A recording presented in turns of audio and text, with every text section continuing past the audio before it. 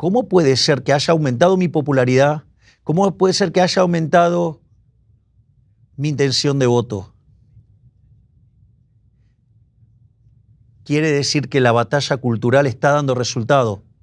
Y los argentinos decidieron madurar, ponerse los pantalones largos y de una vez por todas empezar a hacer las cosas bien. Y esto, entonces, excede el caso Javier Milei. Los argentinos han decidido abrazar la libertad. Y ese es el mejor de los mensajes. Today, we're honored to host a figure who has not only captivated the attention of his nation, but has stirred conversations around the globe about the direction of Western civilization, economic freedom, and the power of individualism. A figure whose meteoric rise in politics is matched only by his unyielding dedication to core conservative principles. Today, we welcome President Javier Milei to the Sunday Special. An economist by profession and a maverick by nature, President Milei has become a polarizing figure in Argentine politics, championing a libertarian approach in a landscape traditionally dominated by populist and socialist policies. His journey to the presidency is not just a political story, it's a narrative about challenging the entrenched status quo, advocating for radical change, and inspiring a movement.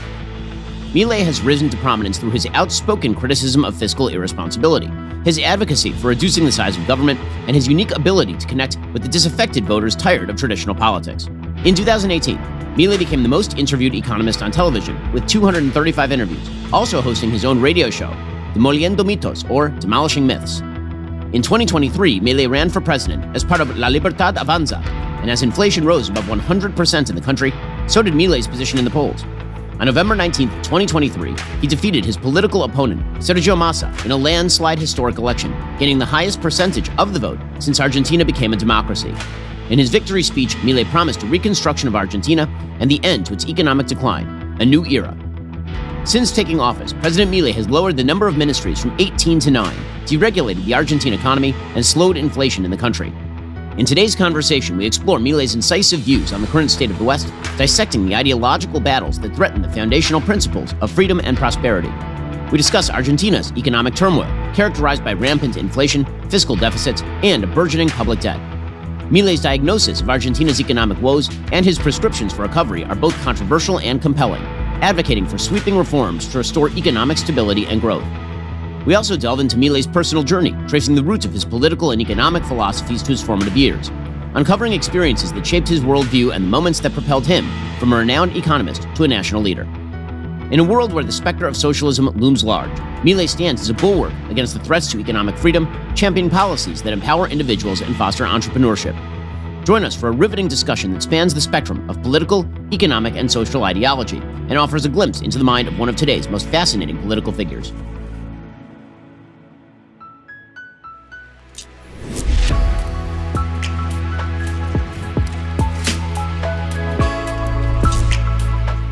Presidente Milei, es un honor conocerlo y quisiera comenzar preguntándole cómo toma medidas tan audaces económicamente. Para gente que no sabe nada sobre Argentina, ¿cuál fue la situación que llevó a su elección y cómo le da la libertad para hacer? Bueno, en principio nosotros cuando llegamos heredemos la peor herencia que recibió un gobierno en toda la historia argentina. En ese sentido, por ejemplo, cuando un país tiene déficits gemelos por 4 puntos del PBI, es una alerta amarilla, 8 es una alerta roja. Nosotros recibimos 17 puntos del PBI. Al mismo tiempo, de esos 17 puntos, 15 eran explicados por el déficit fiscal, donde 5 puntos estaban explicados por el déficit en el Tesoro, y 10 puntos del PBI estaban en el Banco Central. Es más, la deuda del Banco Central, el gobierno anterior, se encargó de pasarla de 30 días, 60 días, 90 días, 120, 150 y 180 días. La pasó a todo un día, por lo que existía la potencialidad de que cuadruplicáramos la cantidad de dinero en un día. Al mismo tiempo, el déficit que había acumulado en toda la gestión el gobierno kirchnerista fue de 28 puntos del PBI, pero en el último año había generado 13 puntos del PBI, que eso era equivalente a más de 5 veces la base monetaria. Entonces, además, cuando en el mes de diciembre se empiezan a liberar los precios, la inflación en la primera semana corría a un ritmo del 3.700% anual. En la segunda se aceleró al 7.500% anual. Y de hecho, la inflación mayorista del mes de diciembre, que fue 54% mensual, eso anualizado implica 17.000%. Por lo tanto, estábamos frente a una situación que además, estructuralmente, implicaba que teníamos un desequilibrio monetario peor que el que teníamos en 1975, previo a la del crisis del Rodrigazo. Teníamos una situación del Banco Central mucho peor que la de 1989, previo a la hiperinflación del Alfonsín. Y lo que tiene que ver con los indicadores sociales estaban en peores niveles que el 2001. Es decir, era la suma de todos los males todos juntos. Y entonces era evidente que Argentina tenía que hacer un ajuste. Y la realidad es que la única forma de hacer un ajuste sin financiamiento era que tenía que ser de shock. Y ese shock tenía que ser tremendamente abrupto por esta constelación de desequilibrios, porque de hecho, si hubiera estallado la crisis, hoy estaríamos hablando no solo de una hiperinflación, sino que estaríamos hablando de 95% de pobres y probablemente de 50 o 60% de indigentes. En ese contexto no había alternativa a hacer el ajuste. En ese sentido, nosotros anunciamos un programa de déficit cero, o sea, un ajuste, digamos, para que se dejara de tener déficit fiscal y que se cortara la emisión de lo que tenía que ver con el fisco. Por otro lado, iniciamos un proceso de saneamiento del balance del Banco Central para bajar esos 10 puntos del PBI de déficit que generaba el Banco Central, y al mismo tiempo, como había una brecha cambiaria del 200%, hicimos una corrección cambiaria para tratar de eliminar la brecha. En ese sentido, nosotros esperábamos que el déficit cero lo alcanzáramos a lo largo del 2024. De hecho, todos los analistas decían que eso era imposible, que no era posible hacerlo, y nosotros básicamente lo hicimos en un mes. Es decir, solamente esa parte del ajuste hace que sea el ajuste fiscal más grande de la historia de la humanidad, reconocido por el Fondo Monetario Internacional. Pero también llevamos a cabo el ajuste en el balance del Banco Central. Hoy el déficit cuasi fiscal de 10 puntos del PBI fue bajado a 4 puntos del PBI. Es decir, que nosotros en el lapso de 3 meses hicimos un ajuste por el equivalente de 12 puntos del PBI.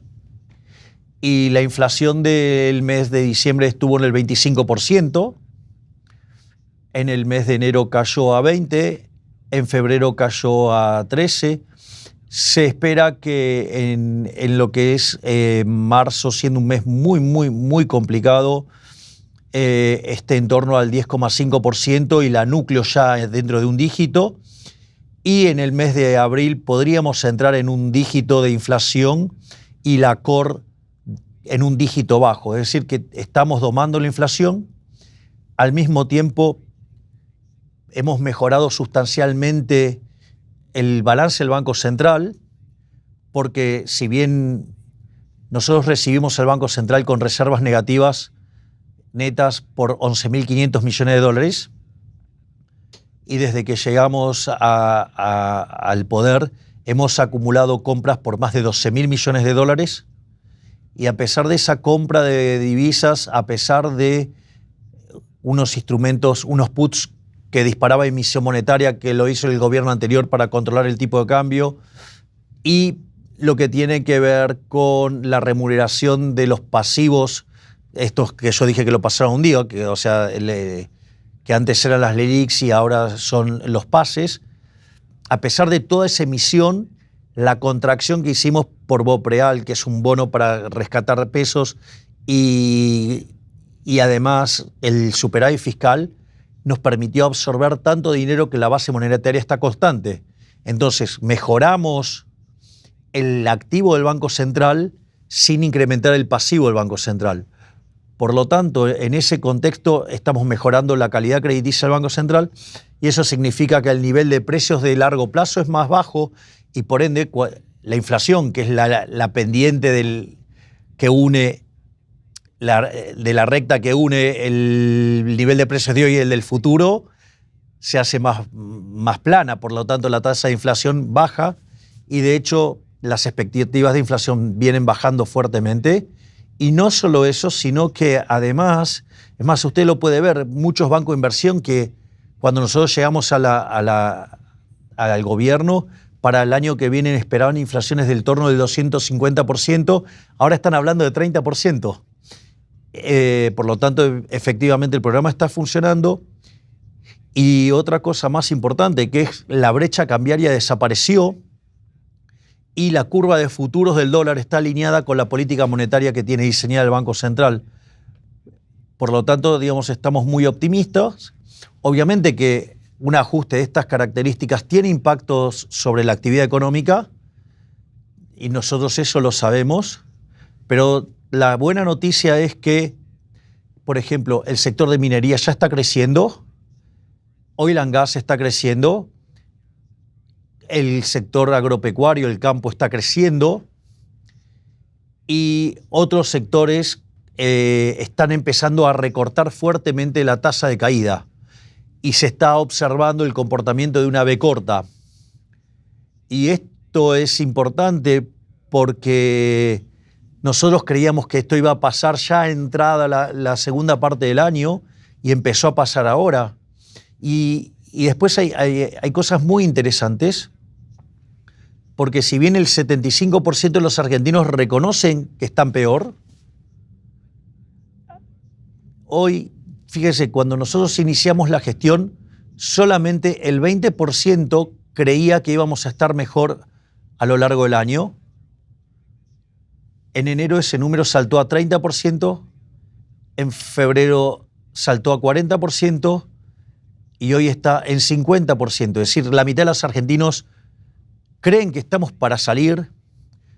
Cuando usted le pregunta por la inflación, el 70% de los argentinos está convencidos que vamos a erradicar la inflación.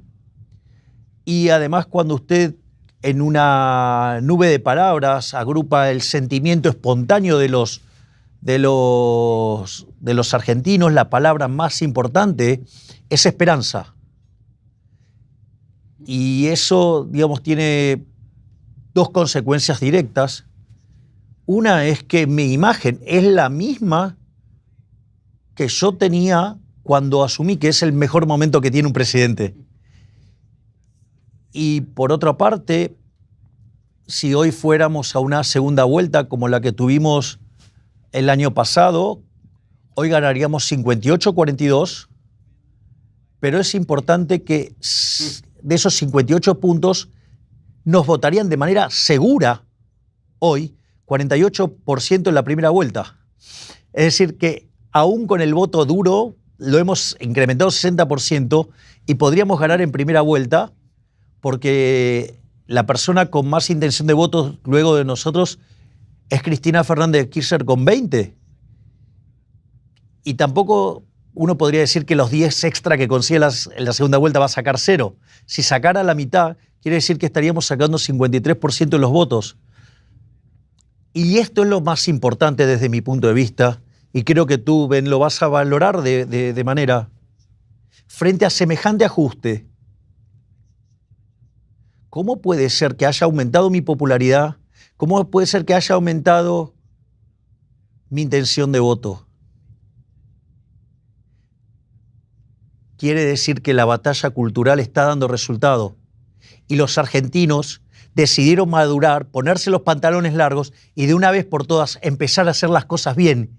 Y esto, entonces, excede el caso Javier Milei.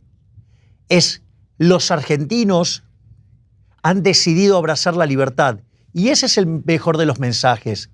Y eso es lo que a nosotros nos permite seguir avanzando Porque nosotros sabemos que el camino desde el punto A al punto B no iba a ser una línea recta sin inconvenientes. Pero lo importante es que nosotros tenemos claro a dónde queremos llegar. Entonces, por ejemplo, a mí me pueden sacar, me pueden aprobar o no el Congreso las reformas. Pero si no me las aprueban ahora, pienso enviarlas a partir del 2025 con una mejor composición del Congreso. Y entonces, no solo que voy a terminar de completar las 1000 reformas que ya envié, sino que voy a enviar las 3000 que tengo pendientes. We'll get to more on this in a moment. First, there's nothing like sitting behind home plate at a baseball game. When you want the best tickets at any sporting event or concert, you have to act quickly or somebody else will get it instead. It's like if you're hiring for your business. You want to find the most talented people for your open roles before the competition scoops them up. The best way to do that is with ZipRecruiter. ZipRecruiter helps you find qualified candidates fast. And right now, you can try it for free at ZipRecruiter.com/BenGuest. Immediately after you post your job, ZipRecruiter's smart technology shows you qualified people for that role. Amp up your hiring performance with ZipRecruiter and find the best talent fast. See why 4 out of 5 employers who post on ZipRecruiter get a quality candidate within day one. Just head on over to ZipRecruiter.com/BenGuest. Try it for free. Again, that's ZipRecruiter.com/BenGuest. ZipRecruiter is indeed the smartest way to hire. We've been using it here at Daily Wire for literally years. You should try it right now. It'll make your business better. Go check them out right now at ZipRecruiter.com/BenGuest. Again, that's ZipRecruiter.com/BenGuest and try it for free. Es fascinante porque usted está haciendo todas estas cosas tan audaces y la gente en Occidente, especialmente del lado de la izquierda, se confunde con esto porque lo ven como algo que es anatema. Incluso hay gente de la derecha que no entiende la audacia de lo que usted está haciendo, pero justamente la base de su campaña, capitalismo, libertad, propiedad privada y libertad, todo esto era un componente central del Occidente. ¿Qué ejemplo debería ser Argentina para el resto del Occidente como para mostrarle en dónde se equivocó el resto del Occidente, más generalmente? Nosotros, en ese sentido, creemos que lo más importante fue la batalla cultural previa. Nosotros,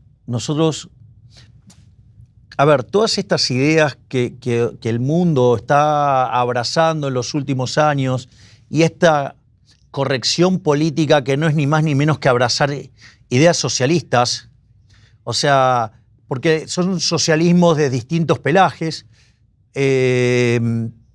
Entonces, en ese sentido, uno lo que tiene que encontrar es que darse cuenta, Argentina aplicó todas esas cosas. La estupidez de la justicia social, Argentina es un ejemplo emblemático de la justicia social y del daño que causa la justicia social. Entonces, en ese sentido, lo que hay que comprender es que Argentina, en ese devenir que hizo de que ser el país más rico del mundo hoy sea 140, fue por abrazar esas ideas que hoy Occidente está abrazando. Por eso en Davos yo dije, Occidente está en peligro, porque hemos abandonado en Occidente las ideas de la libertad, que son las que generaron la prosperidad, y empezaron a abrazar las ideas de la decadencia, que son las ideas socialistas. Y en ese sentido, lo que sucedió en Argentina es que estaba súper impregnado, porque esto ya, digamos, o sea, Gramsci te había funcionado a la perfección en Argentina, está metido en la educación, está metido en la cultura, ¿sí? Está metido en la política, está metido en todos lados el socialismo, está en los medios, y entonces, por eso es tan importante el rol que han tenido los jóvenes en todo este proceso. Porque los jóvenes son naturalmente rebeldes contra el statu quo.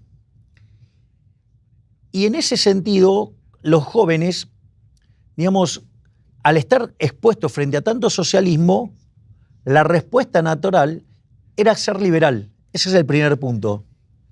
El segundo punto, al ser jóvenes, tenían mucho menos tiempo de exposición al lavado de cerebro de la educación pública. Por otra parte, otra cosa que ocurría es que, como tienen acceso a las redes sociales, una de las cosas que yo hacía cuando salía en televisión, y sigo haciéndolo hoy, es citar mis autores de referencia. Y eso lo que hacía es que los jóvenes fueran a chequear esos autores. Entonces, entre YouTube y Google y demás buscadores, o sea, y esos lugares donde se pueden bajar los libros, eso lo que generó es que hubo una explosión de conocimiento.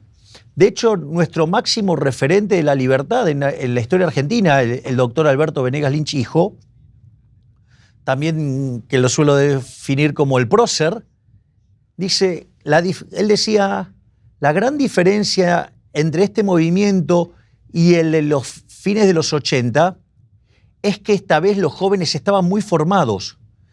De hecho, nosotros íbamos y hacíamos lo que nosotros llamamos los recitales, que serían como actos políticos, pero con formato parecido a los Rolling Stones. Digo, es porque como a mí me gustan los Rolling Stones, y a mí me hubiera gustado ser como Mick Jagger, entonces lo hago, pero lo hago desde la política. No lo logré cantando porque soy muy malo, pero lo logré desde la política. Y una de las cosas maravillosas es que hay stands, como en los recitales, con remeras, con distintos obsequios, con distintas cosas. Y hay stands con libros.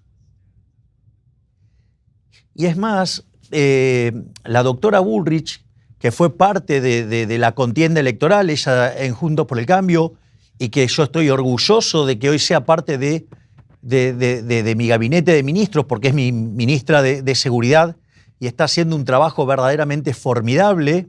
Es más, igual que nuestro ministro de Defensa, el doctor Petri, digamos, porque fueron la fórmula alternativa del cambio, pero los argentinos eligieron un cambio mucho más radical, más profundo, más agresivo, que era el que representábamos nosotros.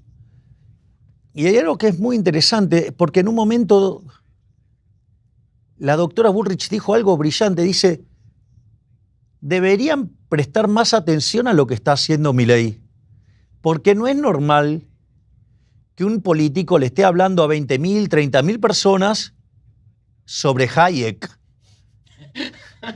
Entonces, evidentemente, algo estaba pasando. Yo me acuerdo que en el lanzamiento ya directamente abierto a la carrera presidencial en la provincia de Mendoza, yo me puse a explicar la dolarización.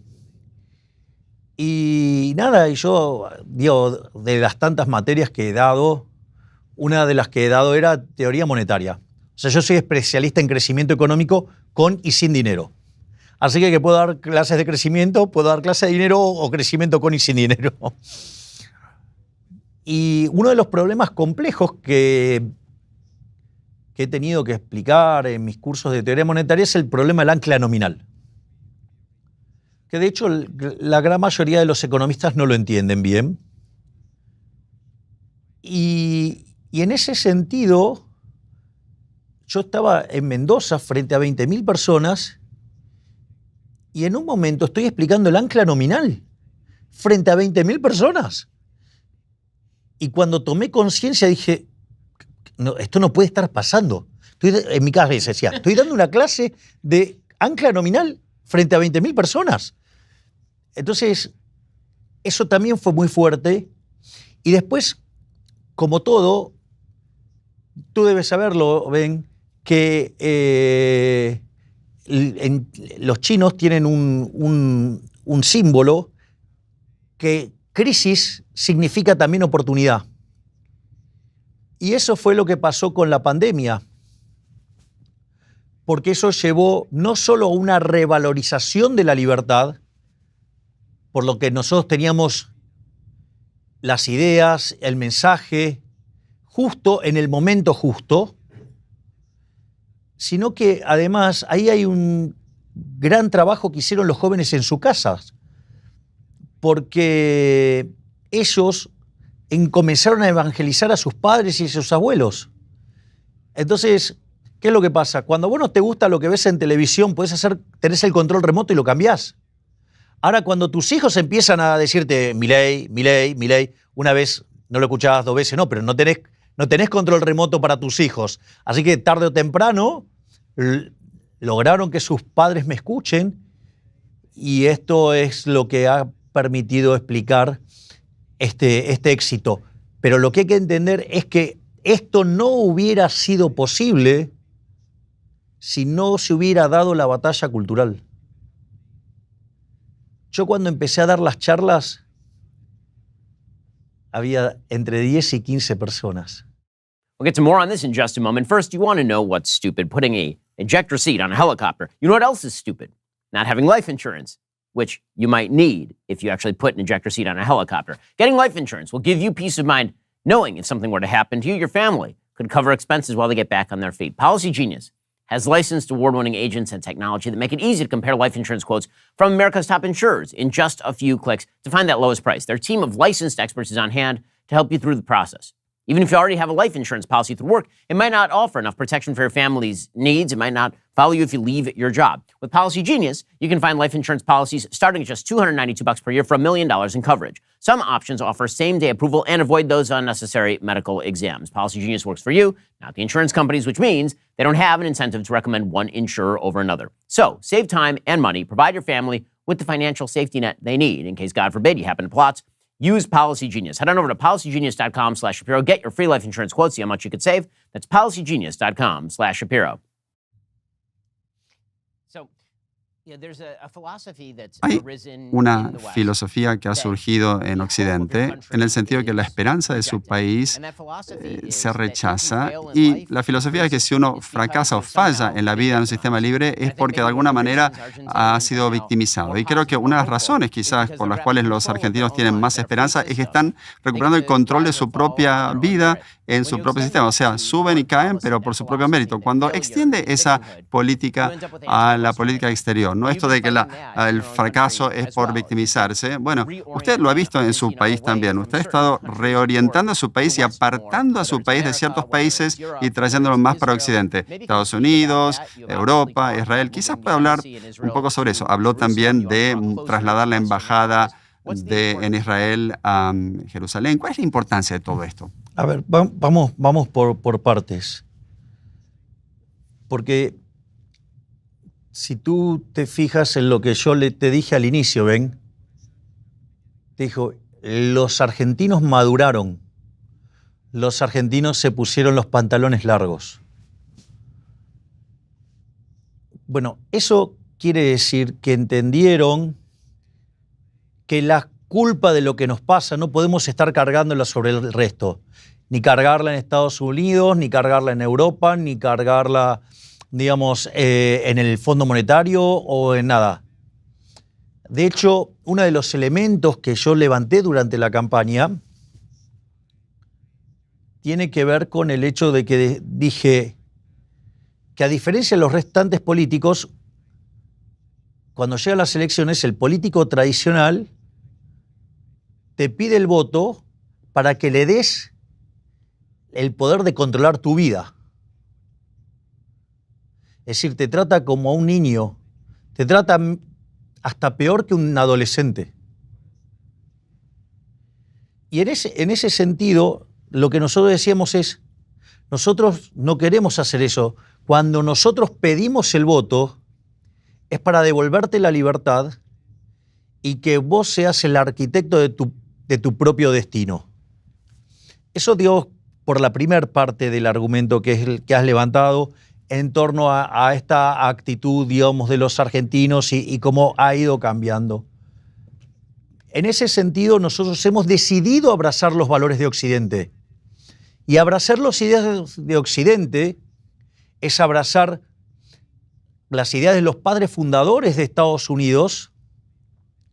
Es decir, que de hecho la Constitución de Estados Unidos tiene mucho que ver con la Constitución original de Argentina de Juan Bautista Alberdi del año 1853, que de hecho cuando se puso en marcha en 1860, Argentina, de ser un país de bárbaros, en 35 años se convirtió en la primer potencia mundial.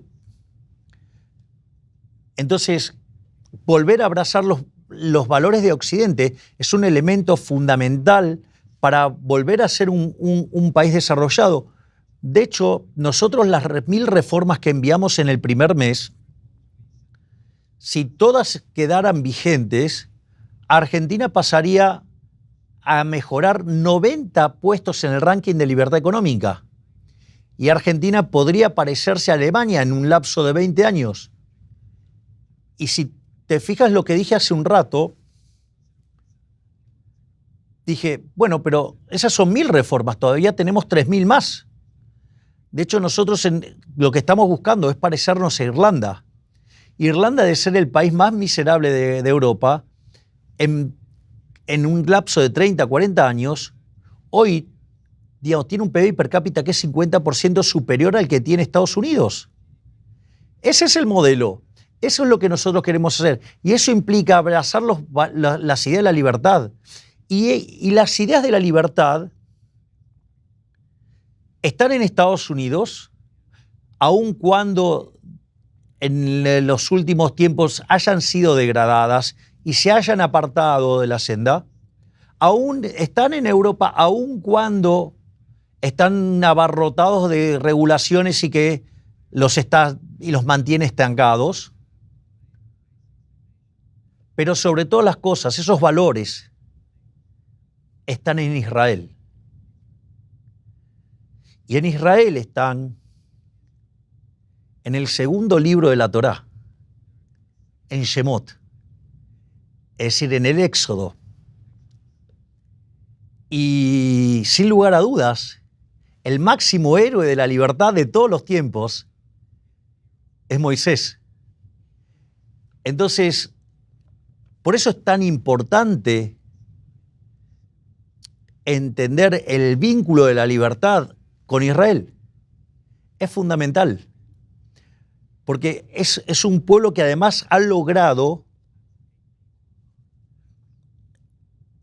no encuentro bien la palabra, pero vendría a ser como la conjunción entre lo espiritual y lo material. Y esa armonía espiritual-material genera progreso. Yo, cuando daba mis charlas antes de entrar en política, en el último tiempo hablaba de la superioridad moral del capitalismo. Yo originalmente creía que el socialismo era como una suerte de enfermedad mental. O sea, que tenían algún problema en el entendimiento o algo, porque habiendo sido derrotados en la teoría y habiendo sido derrotados en la evidencia empírica, porque donde se aplicó el socialismo en formato puro fue un fracaso en lo económico, en lo social, en lo cultural, y además se asesinaron a 150 millones de seres humanos, no me entraba en la cabeza cómo podía ser que había gente que adhiriera a esas ideas asesinas y empobrecedoras. Es decir, el socialismo es siempre y en todo lugar un fenómeno empobrecedor, un fenómeno asesino. Y entonces yo seguí desarrollando esto, y la respuesta a mí me la dio la teoría económica, y tiene que ver con la teoría del valor. Cuando vos vas al final del debate, te encontrás la disputa entre la teoría subjetiva del valor y la teoría objetiva del valor. Entonces la pregunta es, ¿por qué no pueden salir de la teoría objetiva del valor? Es que no pueden salir de la teoría objetiva del valor porque la teoría objetiva del valor es lo que permite aplicar la teoría de la explotación de Rothbertus, mejorada como por Marx con el concepto de la plusvalía. Y entonces el motivo es, ¿por qué aplican eso? Y ahí es donde aparecen sus valores morales, que son la envidia, el odio, el resentimiento, el trato desigual frente a la ley y, si es posible, y si es necesario, el asesinato. Y las instituciones que emerjan de esos valores morales son inmundas y como consecuencia de ello te vas a hundir. Mientras que cuando vos abrazás las ideas de la libertad,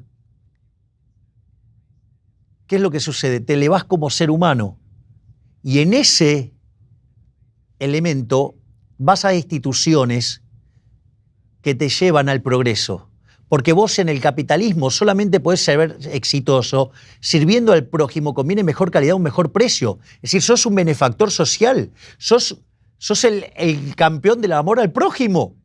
Entonces, en ese sentido, por eso es que yo también, digamos, más allá, digamos, de distintos eventos que a lo largo de mi vida me han impactado fuertemente y me han llevado hacia el judaísmo, el conjunto de valores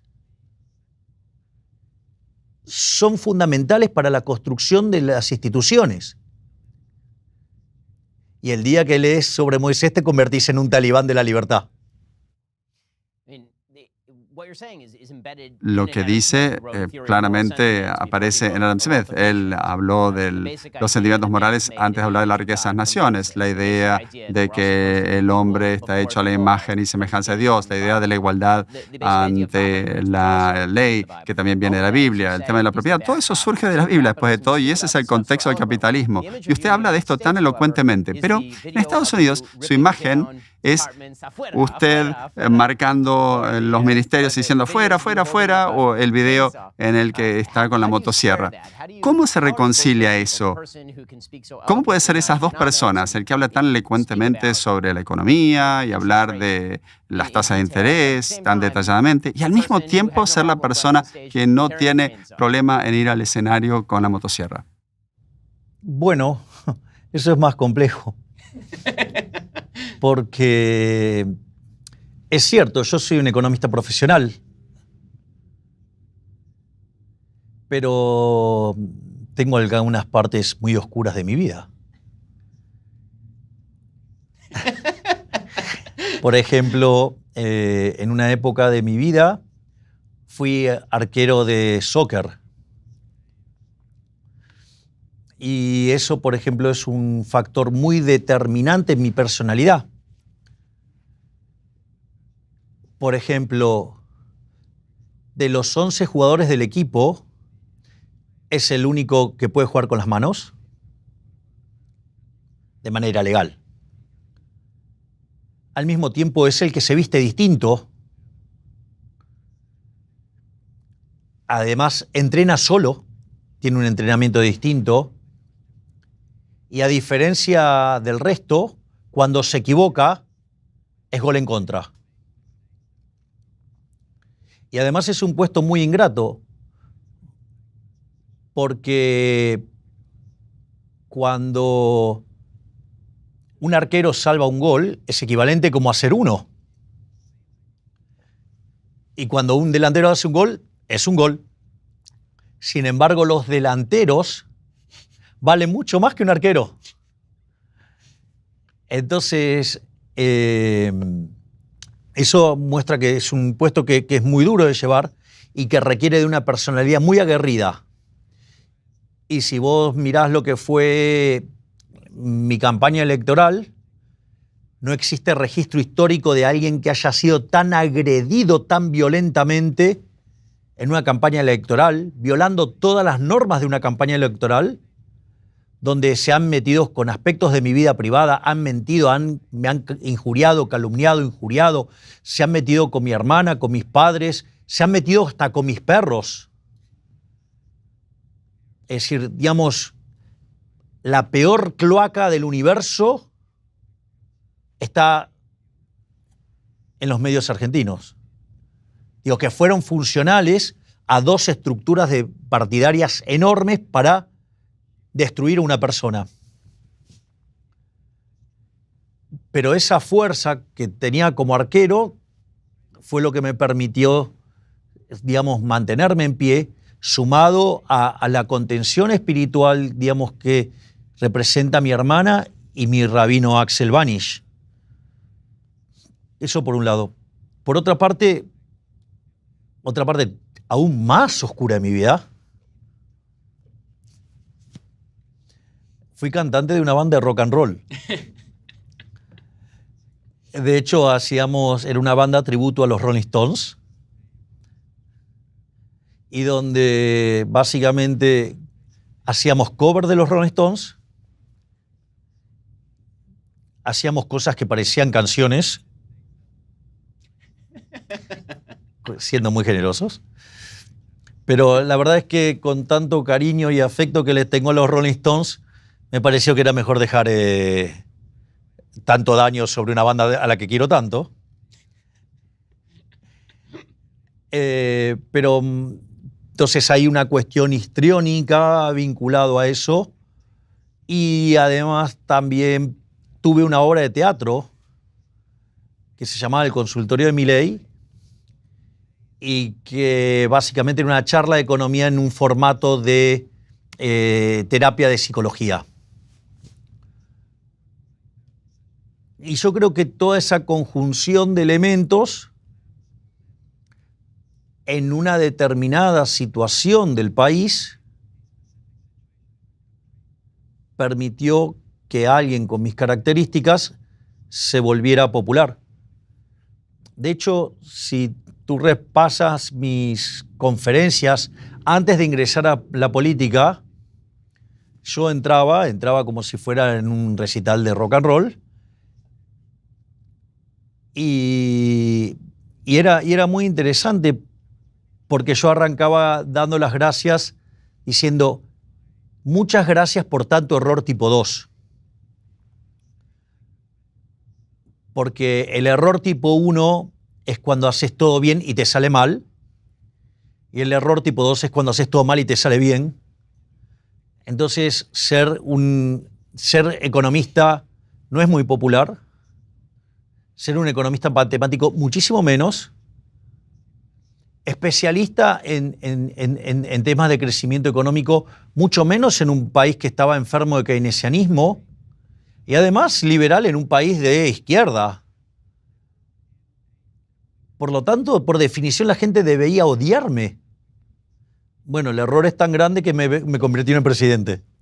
We'll get to more on this in just one moment. First, let's be real. There are some people who pretend that cauliflower crust pizza is like actual pizza. It is not. That's nonsense. I'm not going to eat that. So that means I'm not getting enough veggies. Well, good news, Balance of Nature fruits and veggies is there. Balance of Nature fruits and veggies is the most convenient way to ensure you get your daily intake of fruits and veggies. Balance of Nature uses an advanced cold vacuum process that encapsulates fruits and veggies into whole food supplements without sacrificing those natural antioxidants. The capsules are completely void of additives, fillers, extracts, synthetics, pesticides, or added sugar. The only thing in Balance of Nature's fruit and veggie capsules, fruits and veggies. You need nutrients to function at your best each and every day. Balance of Nature will help you do just that.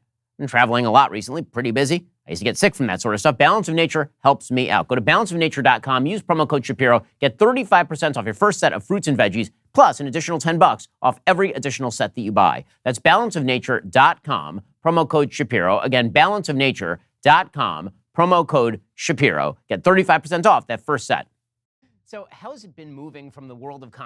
¿Cómo fue esto de pasar del mundo de los medios y los paneles al mundo de la política? Yo, por supuesto, estoy en Estados Unidos, hablo con legisladores todos los tiempos, hablando de lo que es decir las cosas que uno quiere decir realmente y después en el mundo de la política que uno tiene que decir las cosas que puede decir. ¿Ha sido muy difícil la transición de, por ejemplo, comentarios en paneles a presidente? Nada.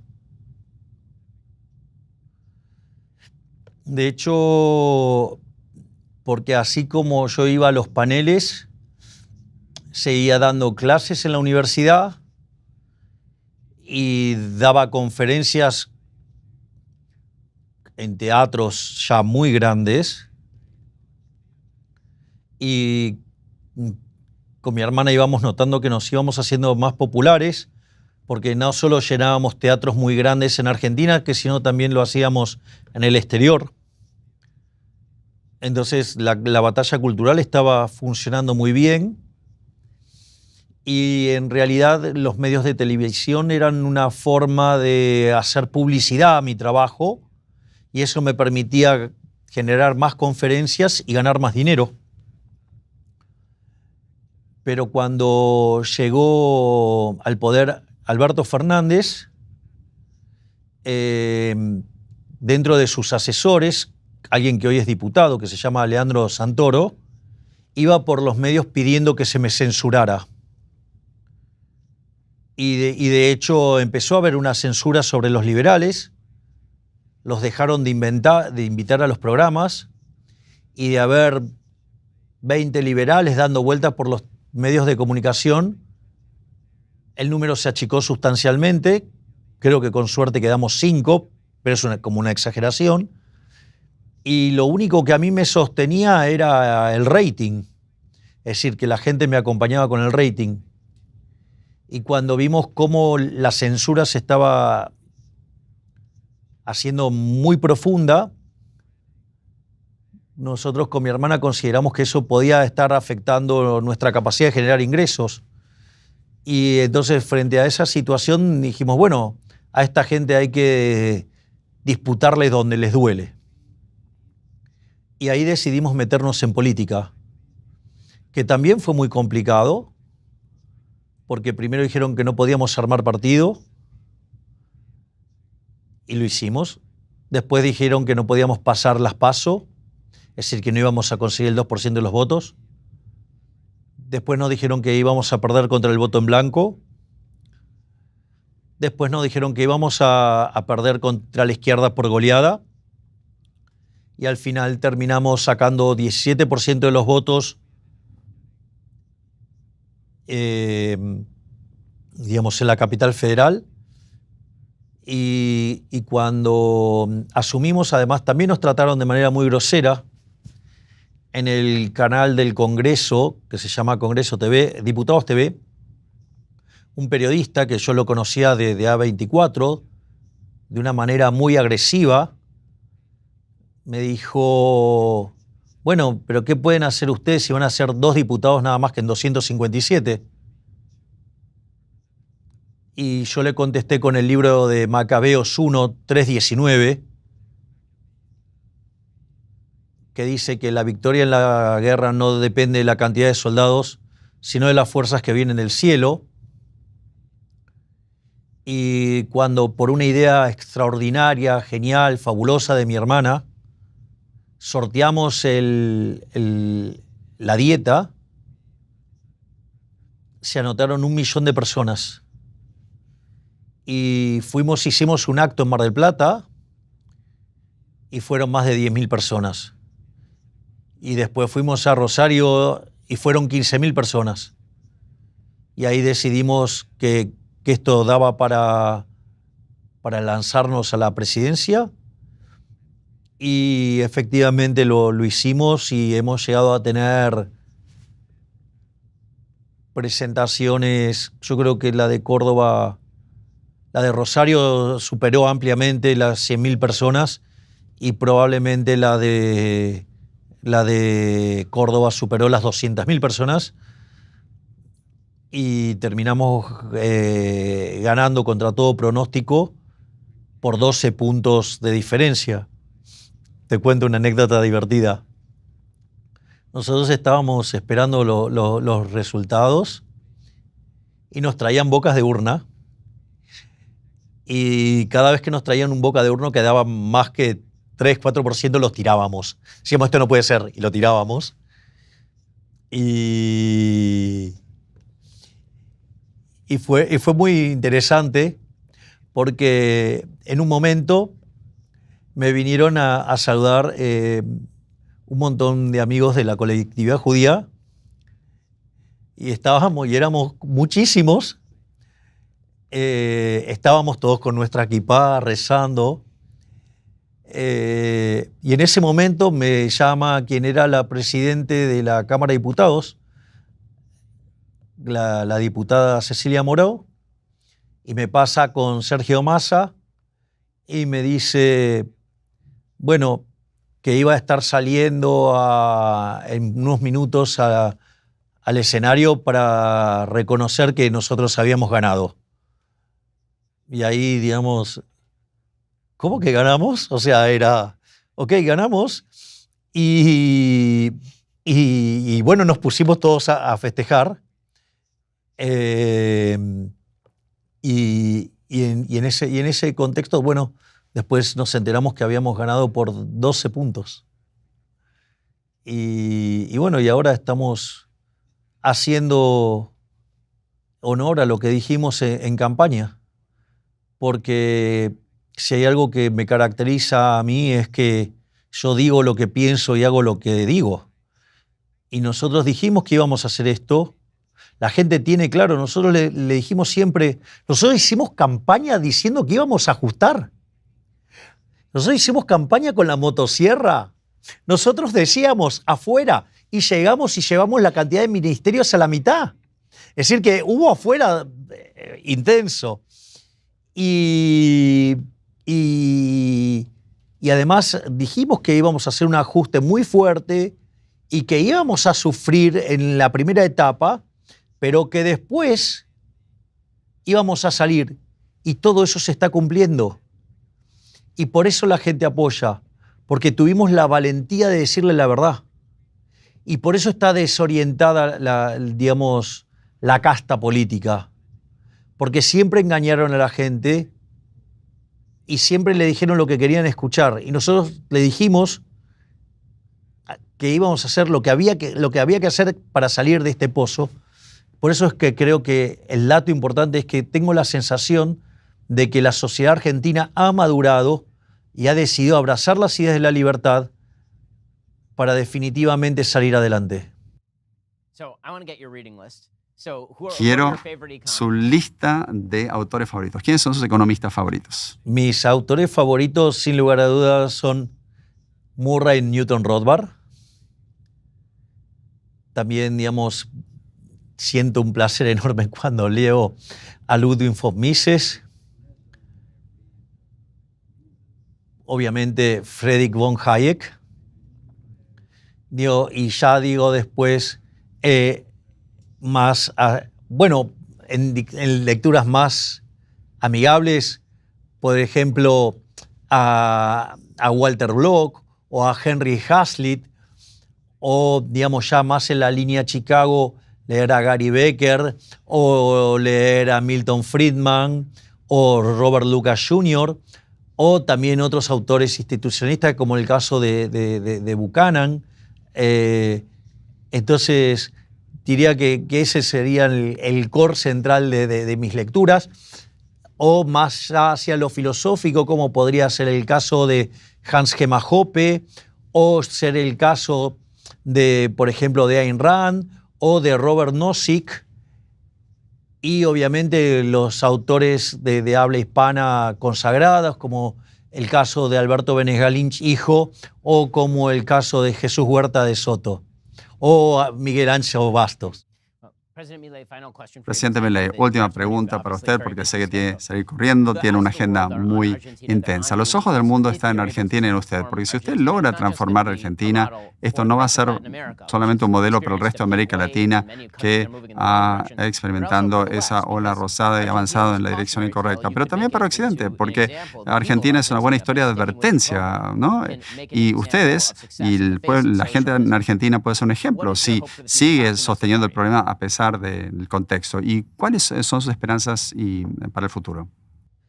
Nosotros estamos convencidos que, a pesar del esfuerzo enorme que estamos haciendo, vamos a salir adelante y vamos a crear las bases para que Argentina vuelva a ser grande nuevamente.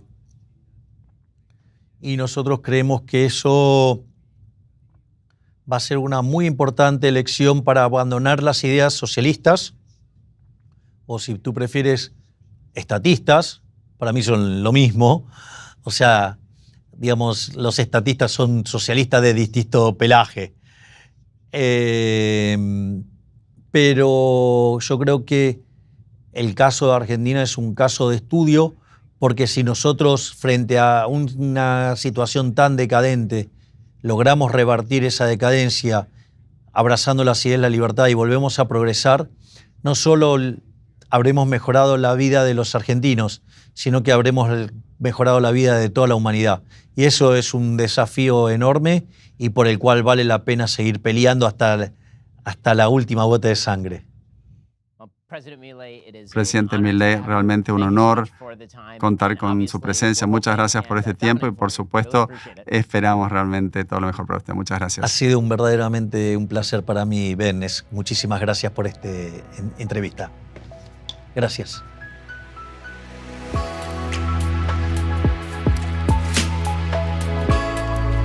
The Ben Shapiro Show Sunday Special is produced by Savannah Dominguez Morris. Associate producer is Jake Pollock. Editing is by Jim Nickel. Audio is mixed by Mike Coromina. Post-production is managed by Matt Kemp. Camera and lighting is by Zach Ginta.